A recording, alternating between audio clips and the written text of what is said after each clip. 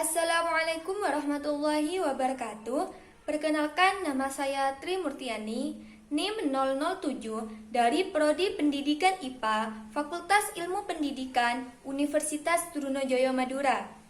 Di sini saya akan menjelaskan secara singkat mengenai media yang saya buat sebagai sebuah solusi ketika pembelajaran dilakukan secara daring. Nah, di sini saya membuat video animasi tentang zat aditif pada makanan dan minuman yang bisa digunakan sebagai media pembelajaran. Karena ketika pembelajaran dilakukan secara daring, maka siswa akan merasa bosan jika hanya mendengarkan penjelasan guru. Apalagi pada masa pandemi seperti ini, siswa hanya bisa mendengarkan penjelasan guru melalui aplikasi-aplikasi online. Sehingga dengan adanya video animasi ini diharapkan bisa membuat siswa menjadi lebih tertarik untuk mengikuti pembelajaran daring. Nah, pada pembuatan video animasi ini saya menggunakan dua aplikasi. Yang pertama, aplikasi Plotagon yang digunakan untuk membuat animasinya, dan yang kedua adalah aplikasi Filmora yang digunakan untuk mengganti background, kemudian menambah gambar dan menambah teks pada videonya. Nah, langsung saja berikut merupakan hasil video animasi yang telah saya buat. Semoga bermanfaat dan selamat menyaksikan. Assalamualaikum warahmatullahi wabarakatuh. Halo adik-adik, apa kabar kalian semua? Semoga tetap semangat untuk mendengarkan materi pada video kali ini ya. Jadi pada video kali ini kita akan mempelajari tentang zat aditif pada makanan dan minuman yang sering kita makan dalam kehidupan sehari-hari kita. Kalian pernah mikir tidak? Kok bisa ya pada makanan dan minuman yang kita konsumsi mempunyai rasa yang bervariasi, kemudian juga mempunyai warna yang bervariasi, bahkan aromanya pun juga bervariasi. Jadi, pada makanan dan minuman yang kita konsumsi sehari-hari bisa mempunyai warna yang bervariasi, kemudian rasa yang bervariasi, dan aroma yang bervariasi. Itu dikarenakan pada makanan dan minuman itu ditambahkan dengan zat aditif. Sehingga pengertian dari zat aditif merupakan suatu bahan atau suatu zat yang ditambahkan secara sengaja pada makanan dan minuman dengan takaran yang sedikit guna memperbaiki cita rasa makanan dan minuman tersebut, memperbaiki tampilan, kemudian memberi aroma dan memperpanjang daya simpan dari makanan dan minuman tersebut.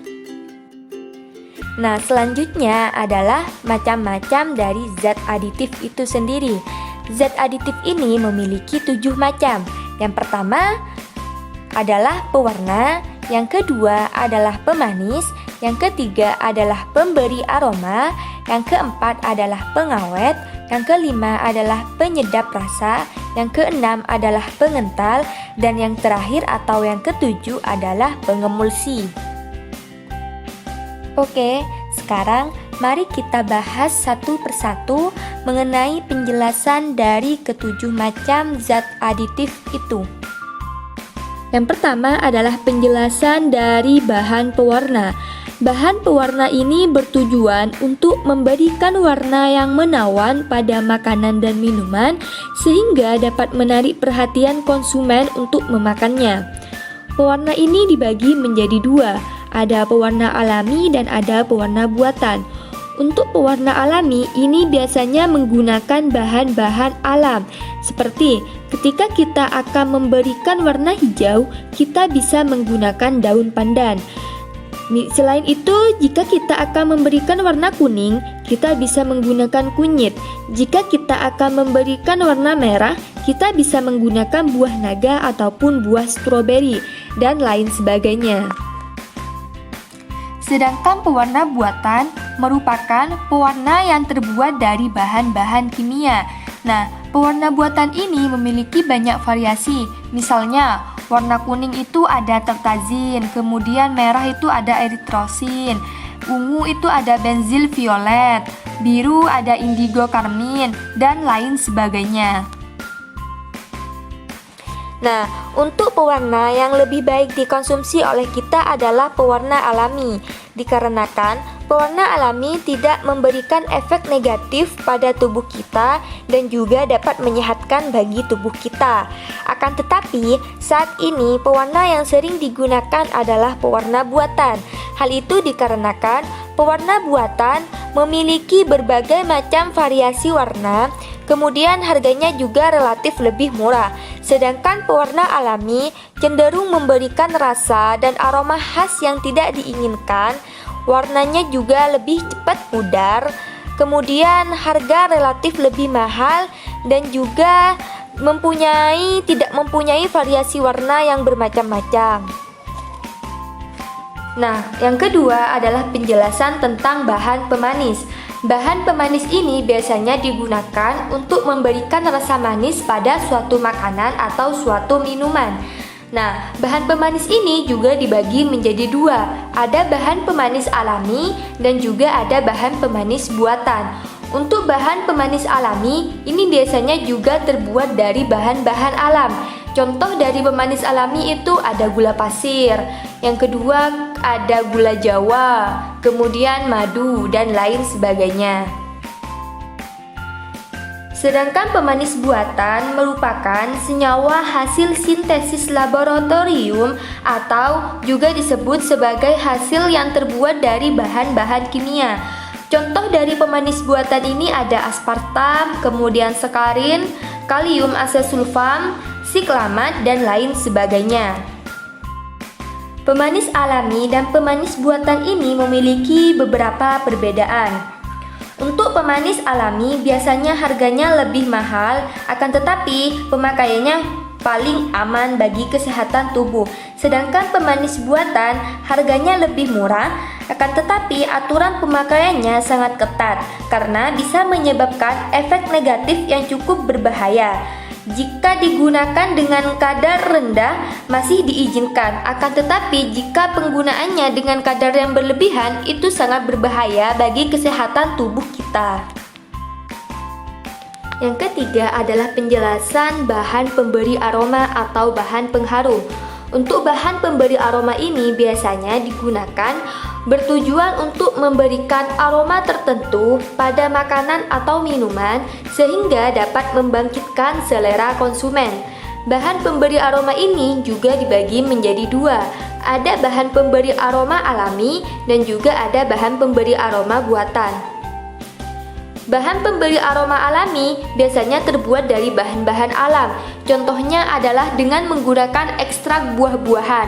Misal kita akan memberikan aroma buah stroberi pada makanan, maka kita bisa menggunakan ekstrak buah stroberi pada makanan tersebut. Sedangkan bahan pemberi aroma buatan biasanya terbuat dari bahan-bahan kimia. Contohnya adalah amil kaperwat untuk memberikan aroma apel, isoamil untuk memberikan aroma pisang, kemudian ada etil butirat untuk memberikan aroma nanas, ada etil vanilin untuk memberikan aroma vanilin, ada metil antranilat untuk memberikan aroma anggur, dan masih banyak lagi jenis-jenisnya. Yang keempat adalah penjelasan tentang bahan pengawet. Nah, biasanya bahan pengawet ini ditambahkan ke dalam makanan atau minuman agar makanan atau minuman tersebut tidak cepat rusak. Sehingga dengan adanya bahan pengawet dapat menyebabkan makanan atau minuman menjadi lebih tahan lama. Bahan pengawet ini dibagi menjadi dua. Ada bahan pengawet alami yang terbuat dari bahan-bahan alam dan juga ada bahan pengawet buatan yang terbuat dari campuran bahan-bahan kimia. Untuk contoh dari bahan pengawet alami ini ada gula dan garam. Gula biasanya digunakan untuk mengawetkan makanan olahan dan buah-buahan, misalnya dodol, selai, sirup, sari buah, manisan, dan lain sebagainya. Sedangkan garam bisa digunakan untuk mengawetkan ikan, telur, daging, dan lain sebagainya. Sedangkan pengawet buatan ini biasanya juga terbuat dari hasil campuran beberapa bahan kimia. Contoh dari pengawet buatan ini ada asam sorbet, asam benzoat, asam cuka atau asetat, dan lain sebagainya. Akhir-akhir ini marak penggunaan bahan pengawet yang berbahaya bagi tubuh, dan itu biasanya bahan pengawet untuk tekstil, akan tetapi digunakan untuk makanan ataupun minuman seperti formalin dan boraks. Jika formalin dan boraks dikonsumsi oleh kita, baik itu dengan jumlah besar ataupun kecil, itu sangat berbahaya bagi kesehatan tubuh kita. Dapat menimbulkan muntah-muntah, kemudian depresi susunan saraf, gangguan peredaran darah, bahkan juga bisa menyebabkan kematian. Yang kelima adalah penjelasan tentang bahan penyedap makanan. Bahan penyedap makanan ini dapat meningkatkan cita rasa makanan dan minuman.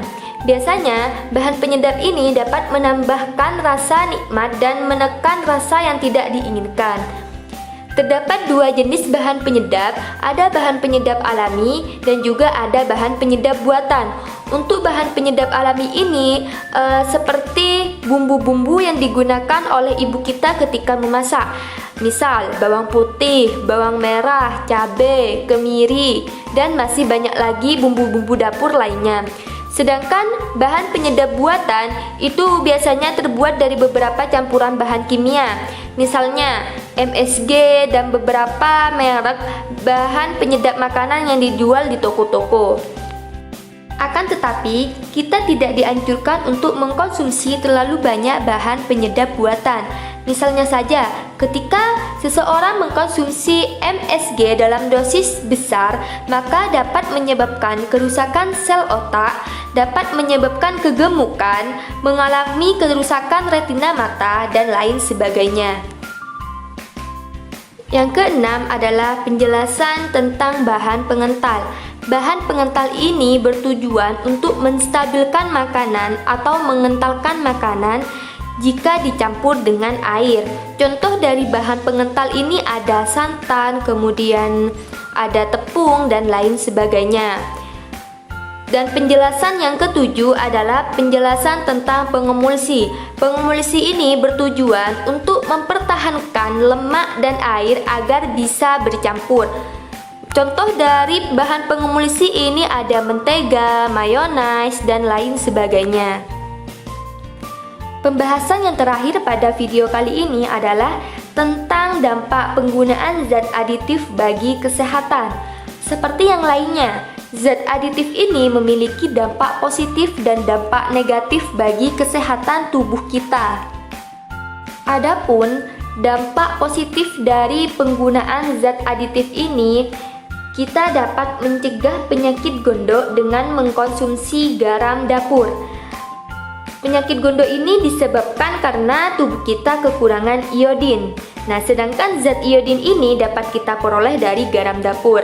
Kemudian, untuk orang yang menderita penyakit diabetes mellitus, biasanya dianjurkan untuk menjaga kestabilan kadar gula dalam darahnya. Sehingga, biasanya orang yang terkena penyakit diabetes mellitus disarankan untuk mengkonsumsi sakarin yang merupakan pemanis buatan sebagai pengganti gula. Kemudian, jika kita mengkonsumsi zat aditif buatan terlalu banyak atau terlalu sering, itu juga bisa menimbulkan dampak negatif bagi kesehatan tubuh kita. Misalnya saja, sunset yellow yang digunakan sebagai zat pewarna itu dapat menyebabkan kerusakan kromosom. Kemudian, siklamat yang digunakan sebagai zat pemanis dapat menyebabkan penyakit kanker. Ada aspartam yang digunakan sebagai pemanis buatan dapat menyebabkan gangguan saraf dan tumor otak. Kemudian untuk penggunaan MSG secara berlebihan itu dapat menimbulkan kerusakan pada jaringan saraf, kelainan hati, trauma, hipertensi, stres, demam tinggi, ketidakmampuan belajar, migrain, asma, muntah, dan lain sebagainya. Oke adik-adik, cukup sekian penjelasan materi tentang zat aditif pada video kali ini. Semoga bermanfaat bagi kalian semua. Kurang lebihnya mohon maaf dan jangan lupa ditunggu next video ya. Oke, sampai jumpa di video-video berikutnya ya. Wassalamualaikum warahmatullahi wabarakatuh.